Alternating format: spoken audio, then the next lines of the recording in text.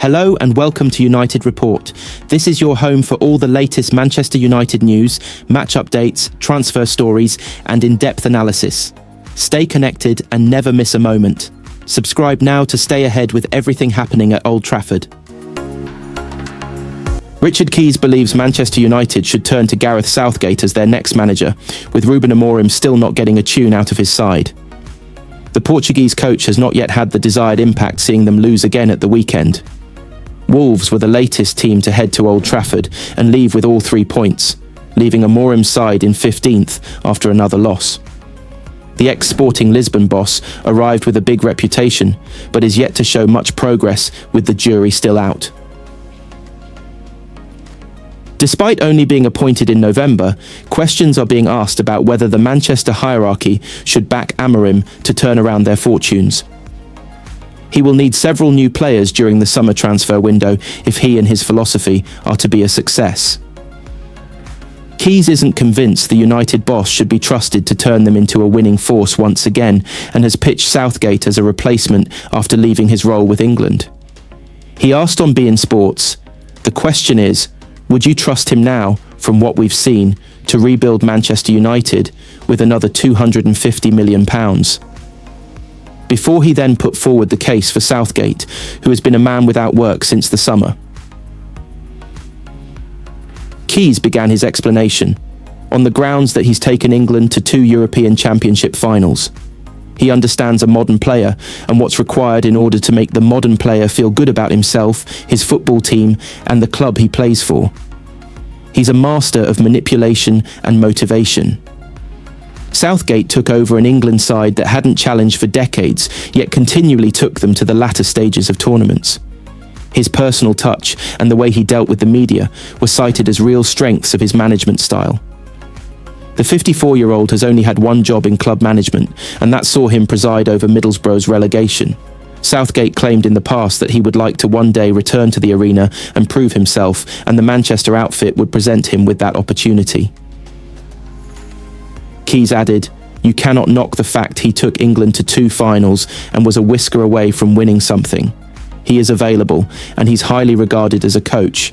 His club career was not littered with success, but what I'm saying is that he's grown as a coach, working with the finest talent available, into somebody who is a big club character. So why not? I believe he's someone who understands the modern player as well, or better than most. Speak to people who have worked with him, and they will give him a glowing reference." Manchester United are said to be nearing an agreement with Wolves star Matheus Cunha ahead of the summer transfer window. The forward has emerged as a top target for the Red Devils, and they are now hopeful of having terms in place as soon as next month. Cunha has scored an impressive 16 goals in 31 games for a Wolves side who have endured their struggles this season. The Brazilian was heavily linked with a move away in January, but he went on to sign a new contract and was involved as the Midlands side beat United at the weekend. Ruben Amorim's side will be able to activate a £62.5 million release clause to prize Cunha from Molineux, but would face significant competition should they attempt to do so. Mail Sport report that Newcastle are also interested in the 25-year-old, but that he has been swayed by the prospect of being a crucial component of Amorim's squad revamp at Old Trafford. United's boss has already appeared to signal his admiration of the star. The Portuguese head coach was spotted in conversation with Cunha earlier in the season, and was spotted heading into the tunnel with the ex-Atletico Madrid ace on Sunday. Amorim highlighted Cunha's talent when previewing his side's match against Wolves. The United boss said, "I think Pereira is doing an amazing job. He has real quality players, Matheus Cunha and all these guys. They have real quality." Speaking earlier this month, Amorim stressed the importance of the upcoming transfer window. The 40-year-old said, "There are characteristics we don't have in our squad, and we are trying to see about the gaps we have. When I say we need big players, I'm not talking about players from Real Madrid. I am talking about players in the way I see the game. Of course money helps. We need to be really good in recruitment. We need to know our system and the way we play, and the players have to be perfect for their positions. So we know what we have to do, that is clear, and we will see next season." Ipswich Town forward Liam Delap is also among United's targets as they look to replenish an ailing forward line. The 13-time Premier League champions have scored just 38 goals in the Premier League this term. United are eyeing the former Manchester City youngster, who has a £30 million release clause. They face competition from Chelsea for the England Youth International. It has also been touted that United are considering using Marcus Rashford in a shock swap deal as they attempt to lure Ollie Watkins.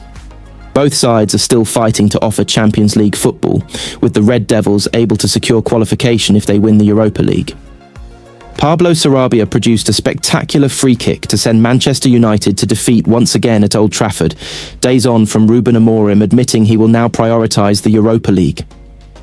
The two teams threatened to play out a drab draw before a special strike from Wolves' Spain international earned the visitors a fifth win in a row. The Theatre of Dreams risked putting the audience to sleep at times during the opening half, with neither side proving much of a threat. Discounting a Christian Eriksen free kick, the first 45 minutes didn't see a shot on target. The sides cancelled each other out with their respective back threes and found little room for ambition. With little for either team to play for in the final 6 matches, you would hope for a degree of freedom and risk, but none was on display for much of the game. Ruben Amorim called upon the cavalry before 60 minutes was on the clock, as Bruno Fernandes entered the fray, alongside Mason Mount and Diogo Dalot. But it remained easy to see why United have only beaten one team outside the bottom 3 in 2025, even if they were scarcely threatened themselves. A rare run from Matheus Cunha earned Wolves a free kick in a good position, and substitute Sarabia took full advantage after 77 minutes to see Wolves pull level with United in the Premier League. United Report takes a look at the talking points to arise from the clash. Ruben Amorim admitted following United's dramatic win over Lyon the Premier League would become a platform for utilising the club's young stars. The Portuguese coach went on to admit, now is not an ideal time for youngsters to be making their way into the first-team environment. I think it is not the best moment or the best season to put some kids to play, because again, they need a strong base to really show what they can do, said Amorim. But in this moment we need to do it, and sometimes you have surprises. Are the prospects meant to be happy after that? Nevertheless, Amorim stuck to his word, and 20-year-old Tyler Fredrickson earned his first team debut as part of a back 3, with Harry Maguire the wing-back to his left. The pair offered more than most to cheer about with solid performances. Fredrickson stifled Jørgen Strand Larsen, and Maguire working up and down the flank well. At least they could be afforded some time to develop. The fitness of Luke Shaw is always going to be much debated, but the defender's absence on this occasion was not as a result of an injury setback.